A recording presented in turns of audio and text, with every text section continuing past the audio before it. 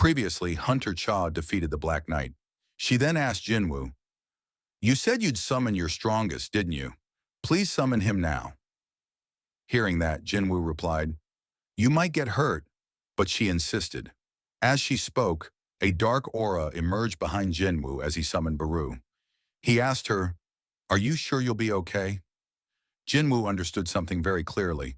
Most shadow soldiers were weaker than their living counterparts. But Baru was an exception. Unlike others, Baru had been created for a single purpose: to slaughter hunters. If he fought Cha Hae-In with his full strength, her chances of victory would be almost non-existent. With that in mind, Jinwoo ordered him to defeat her, but without causing harm. The moment the command was given, Baru's aura erupted. A wave of mana exploded outward, shattering lights and windows throughout the building. Cha Hae-In staggered for a moment under the sheer force of it, astonished that Jinwoo had once faced this terrifying being himself. Baru then completed his monstrous transformation, ready for battle. But before the clash could escalate, Jinwoo commanded him to sheath his claws. He warned that life would become troublesome if Cha was injured during this test.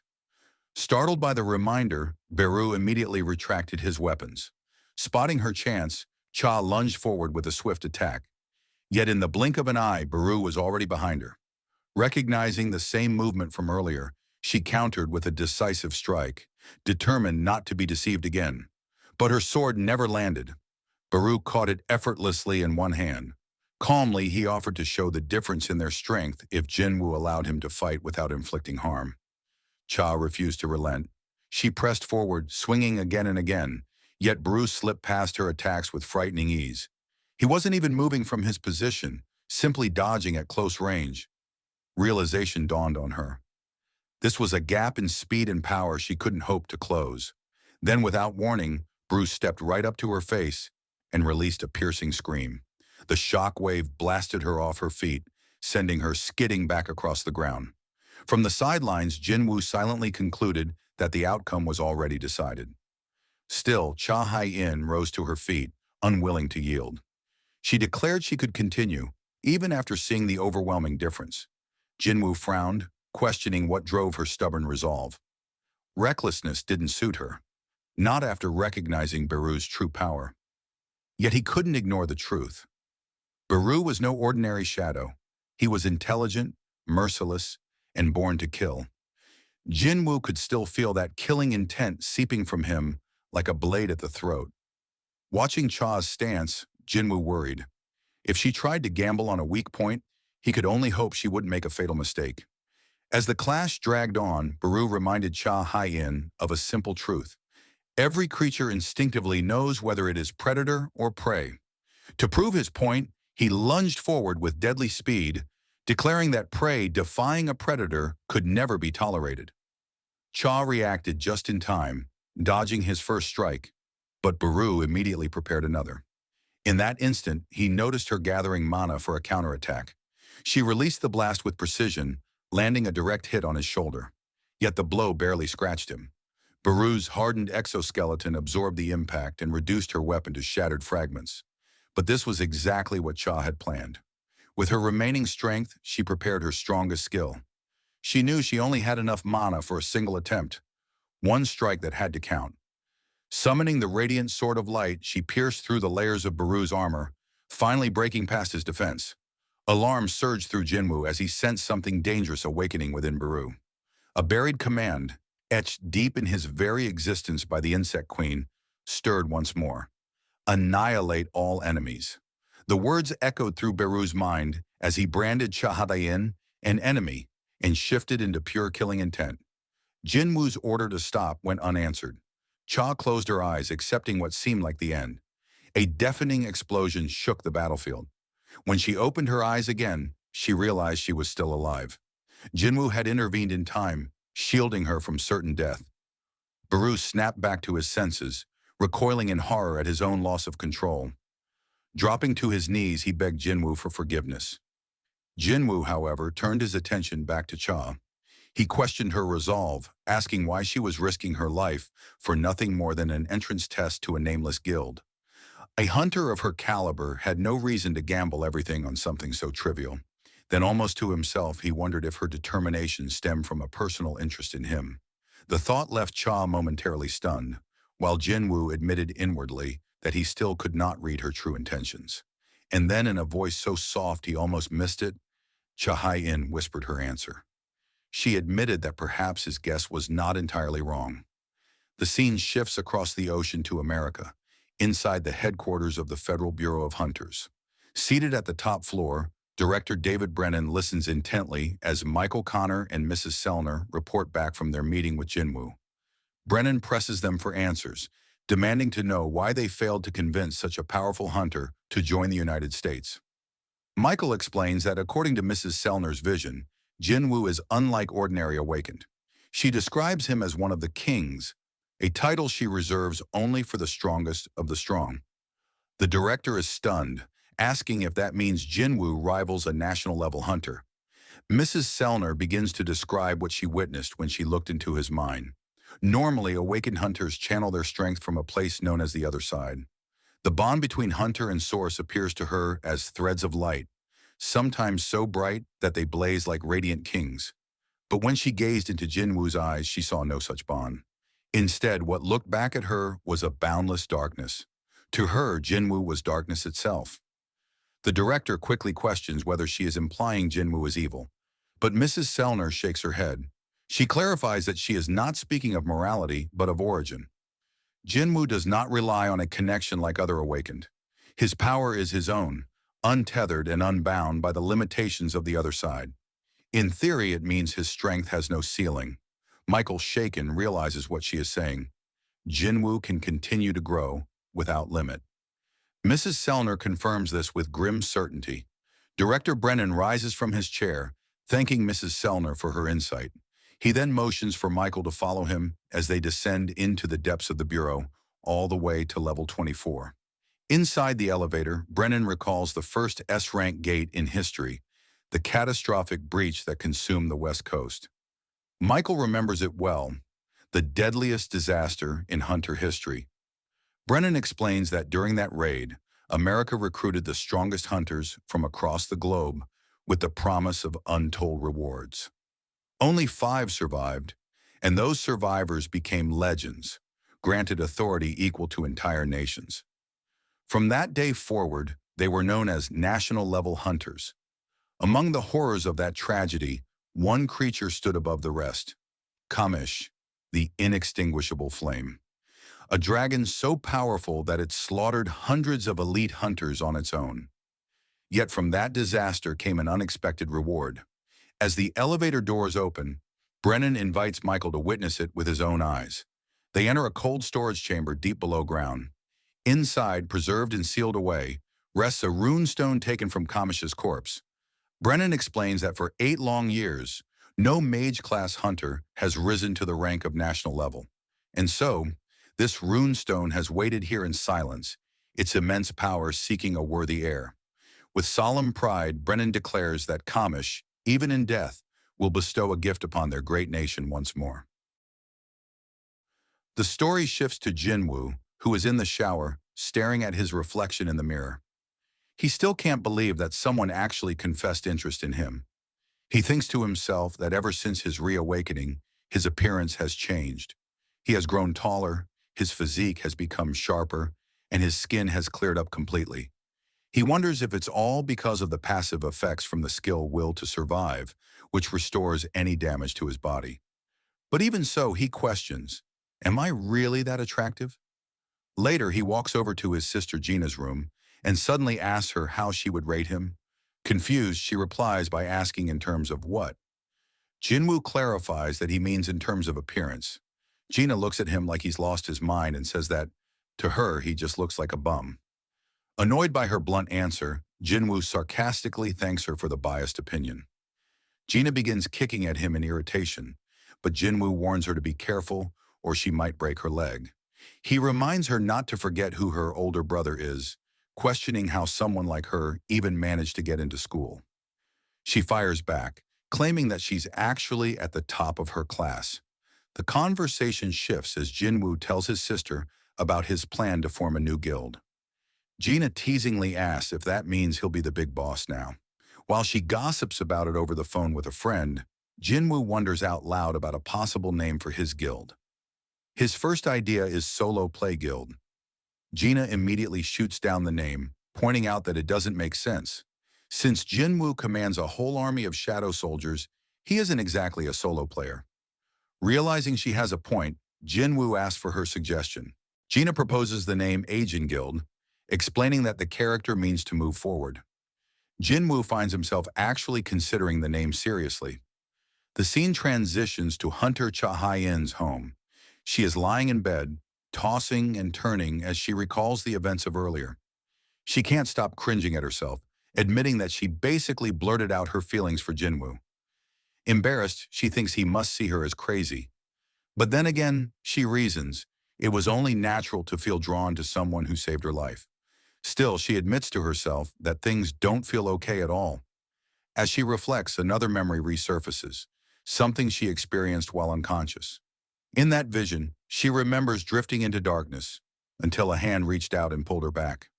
The voice that called to her belonged to Min Byung-gu, the healer who had sacrificed himself. In her vision, Byung-gu pleaded with her to pass on a message. He told her to warn Jinwoo that he must be cautious of the dangerous power that exists within him. Startled by the memory, Hae-In suddenly sits upright, realizing that she had completely forgotten until now. The next day, the focus shifts to the Night Guild's headquarters. Park Jong-soo listens as his vice guildmaster, Yoon Kyung-tae, reports that a massive gate has appeared in their territory. The association has rated it dangerously high, though not quite S rank. Park Jong-soo frowns, saying that if the raid goes wrong, their entire team could be wiped out. Kyung-tae adds that if it truly were an S rank, abandoning it would have been the only logical choice, since they lack the manpower. But because they are one of the top 5 guilds in Korea, public opinion would turn against them if they ignored the gate. On top of that, the Fame Guild would surely swoop in and seize the opportunity. This infuriates Park Jong-soo, who slams his hand down, asking if they're supposed to simply hand over a gate that appeared right in their backyard. Kyung-tae, intimidated, insists that he was only presenting the situation. At that moment, another guild officer, Yoo Jin-hae, speaks up, suggesting they could form an alliance with another guild. Jong-soo hesitates, pointing out that asking for outside help would make it obvious they don't think they can clear the gate alone. Their reputation could take a major hit. But then Jin-hae reminds them of someone, Hunter Sung Jinwoo. After a moment of silence, Jong-soo admits that working with Jinwoo could actually be an advantage. The public might even see it as a bold move if they were to join forces with him. He asks what Jinwoo has been doing lately. Kyung-tae reports that Jinwoo recently cleared a gate that opened in the middle of a highway, but otherwise has been keeping a low profile. He asks if Jong-soo would like him to arrange contact, but Jong-soo shakes his head. Something this important shouldn't be handled over the phone. Instead, he orders that they go meet Jinwoo directly. The story then shifts back to Jinwoo, who is in the middle of another discussion with Jinho. Jinwoo tells him that he's leaning toward naming their guild Ajin. Jinho nods enthusiastically, thinking that anything is better than Solo Play Guild. With the name decided, Jinwoo remarks that all they need now is one last member to officially form the guild. Curious, Jinho asks what happened with Hunter Cha. Jinwoo replies that she isn't quite the person he's been searching for. Shocked, Jinho protests, pointing out that Cha Hae-In is a powerful S-rank hunter with an excellent record and undeniable beauty. From his perspective, she's the perfect candidate. But Jinwoo calmly explains that what he's looking for is someone different, not just strength or fame, but someone trustworthy and uninterested in political guild activities. Jinho thinks for a moment and says that he knows a few people who might fit that description. Before they can continue, there's a knock at the door. Jinwoo rises, half expecting to see Hae-In again. But when he opens the door, he's surprised to find Park Jong-soo, Yoon Kyung-tae, and Yoo Jin-hee representing the Night Guild. After polite introductions, they sit down and explain why they've come. Jong-soo shows Jinwoo a video recording of the gate in question. The footage reveals a massive structure radiating enormous waves of magic energy. Jinwoo asks if it's an S-rank gate, but Jong-soo clarifies that it's close, one of the largest ever seen in Busan. Hearing this, Jinwoo begins to wonder to himself if he should reach out to an old acquaintance. reminiscing about the last time he was in Busan and treated to sashimi. Park Young-soo explained the real reason for his visit. The association refused to issue a raid permit because the Night Guild had no S-rank hunter on staff. He asked Jinwoo to join the raid so the guild could legally claim the gate and lead the operation. In the background, Young Yun-tai distractedly considered asking Jinwoo for an autograph. Park then put an offer on the table. Normally, an S-rank hunter took a 10% share for participating in a raid, but he was willing to increase that to 20% for Jinwoo. Jinwoo countered immediately, demanding an even split, 50-50, and added a condition.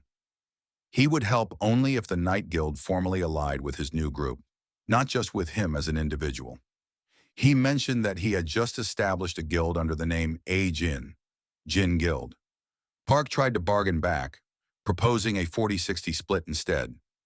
Jinwoo made it clear he wasn't negotiating out of need. He wasn't the one who required help.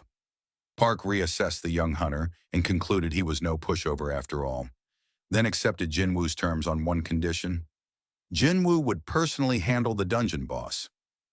With the deal settled, Park reminded Jinwoo the gate had appeared a few days earlier and insisted the raid must begin by tomorrow at the latest. Park invited Jinwoo to leave with them immediately, but Jinwoo declined, saying he would meet them the next day after finishing some errands. Mid-conversation, Jinwoo's phone rang. He excused himself to take the call. On the line was his mother. They arranged to have dinner together that evening. The following day, a huge crowd gathered near the gate in Busan, mainly hunters from the Night Guild preparing for the raid. Park Young-soo, already armored and waiting, checked the time and worried that Jinwoo might be late, noting they would depart in 5 minutes. Meanwhile, Jinwoo prepared at home, glanced at the sky, and wondered if his sister Gina had brought an umbrella, then used Shadow Exchange to teleport directly to the site. The scene cut to Gina's school, where students complained about an art teacher who unloaded his duties onto them. Entering a dusty, long-unused classroom, one student suddenly noticed something unusual, a sealed gate tucked into a corner. He reassured his friends that the gate was safe while sealed and reminded them only licensed hunters could enter once it opened, estimating it would take about a week to activate. As the students talked, tiny cracks began to spider across the gate's seal, a sign they failed to notice. Without warning, a hand burst through the fissure and grabbed the head of the boy standing closest. He fought and screamed for help, but the creature crushed his skull in front of his classmates. The remaining students watched in horror as monsters poured out of the gate. Hunters acting as nearby scouts felt the rush of excitement at the scent of blood, but they suppressed their instincts and prioritized the mission. One of the creatures sniffed out human presence and told its companion that the building was as complex as a castle, ordering the others to be summoned. The monster declared it would slaughter all humans there, fortify their position, and then begin the real hunt. As it stepped into the corridor, the beast pounced on students before they could react. Cut back to the raid staging area. Jinwoo arrived and remarked that the gate was even larger in person. He surveyed the assembled teams, mining and collection crews alongside the assault force, and counted 13 A-rank hunters and 20 B-rank hunters. He thought to himself that the guild's roster of A-rankers matched the reputation of a top house. Before he could settle, a swarm of guild hunters bombarded him with questions about his abilities and whether he would lead the raid. Uncomfortable with the sudden attention, Jinwoo froze until young Yerim stepped forward to quiet the group. Yerim introduced herself as an A-rank healer assigned to the Night Guild's assault team and tactfully removed the pressure from Jinwoo. Park Young-soo then stepped up to address the gathered hunters and explain the plan. Park announced he would lead the raid operation. Several members protested, arguing that Jinwoo, as an S-rank, should be the one to lead. Park clarified Jinwoo's role. Jinwoo would be assigned to the rear to secure the team and protect their withdrawal.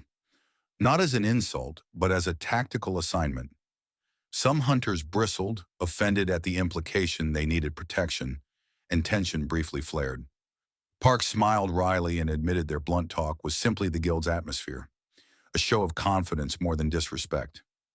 Jinwoo accepted that interpretation and remarked that such swagger meant they believed in themselves. With roles defined and grudges kept in check, the raid party closed ranks and proceeded into the dungeon. The scene opens inside the Hunters Association Emergency Call Center, where an operator answers a frantic incoming call. A terrified girl reports a dungeon break at her school and tells the operator she is hiding in a bathroom. She explains that she and her friends were suddenly attacked when monsters poured out of a sealed gate. The operator reassures her that hunters are already on their way and urges her to stay calm. The operator asks for a description of the attackers. The girl says they looked familiar from television, green-skinned creatures. Hearing that detail, the operator's voice tightens. She realizes the monsters are orcs and warns the girl they can track prey by scent. Before the operator can finish, too late, an orc finds the caller, and the frantic screams end the line. Back at the school, students stream out of classrooms as orcs hunt down anyone trapped inside. Some students manage to escape through the school gate, while others unfortunately became prey to the orcs. Two orcs compare notes. They lament losing half their prey, but shrug it off. There are still plenty of victims. One orc explains they blocked the main escape route and will sweep upward to clear the remaining floors. A group of students barricades themselves in a classroom with desks and chairs, hoping to hold out. Their barricade proves useless. An orc smashes the door and staggers through, blood matted across its body. Panicked, one student bolts for a window, but as he reaches it, two red eyes lock onto him, and an axe cleaves his head before he can react. More orcs flood the room, surrounding the terrified survivors. One orc detects magical energy in the crowd and tells its leader there is a witch among the students. The orc leader orders them to eliminate the magic user first. At the back of the classroom, Gina and Han Song-yi huddle together. Gina calls desperately for her brother. Han Song-yi, though only an E rank, declares she's awakened and prepares to fight, while Gina tries to hold her back. An orc swings an axe toward Gina, certain the smell of power is hers, and declares she must die. The girls close their eyes, bracing for the blow. But when Gina opens them, she finds a hulking orc standing between her and the attacker, having stopped the strike. Recognizing the protection, Gina realizes her brother had stationed these soldiers around her for safety. With a single punch, the large orc sends the attacker flying through the ceiling, leaving the remaining monsters stunned and three massive orcs converging to guard Gina. Cut back to the raid team inside the dungeon. Park Young-soo suddenly alerts the party. There's an ogre. A towering, two-headed ogre materializes before them, swinging a massive weapon. Park conjures a protective barrier and absorbs the beast's full strike. The shield holds. He orders young Yuntai to close in on the ogre's face. Yuntai runs in, manages a risky move that blinds the creature, and shouts for everyone to strike while it's vulnerable. The assault team charges, hacking at the beast while mages rain magic upon it until the ogre is torn apart and scorched. After the kill, Park calls for a regroup and admits they are facing more than he expected. Park warns Jinwoo that encountering a twin-headed ogre this early is bad news. He asks if Jinwoo knows the ogre's other name. Jinwoo replies that twin-headed ogres are called gravekeepers. Park grimly confirms the implication. If gravekeepers appear, an army of undead is likely nearby. Young Yuntai frets that he jinxed them, and the hunters debate whether to keep pushing. But then they notice something strange. The undead do not charge. Instead, they stand perfectly still, staring at the hunters with cold, patient eyes. The team instinctively takes a step back, unsettled by the unusual behavior. Jinwoo, who had expected a brutal fight in this high-tier, A-rank dungeon, senses something off and realizes an urgent matter requires his attention. He tells Park he must leave immediately. Park protests that, without Jinwoo, the raid could become dangerous. Jinwoo answers Park calmly. If they are worried, he will call someone equally reliable to watch over them, then makes his decision to take action. The assembled hunters freeze as a familiar monster appears, and they catch a terrifying recognition. It is the same ant-type creature from the Jeju Island raid. Jinwoo cuts through the formalities and then orders Beru to protect the humans and handle the monsters as he sees fit.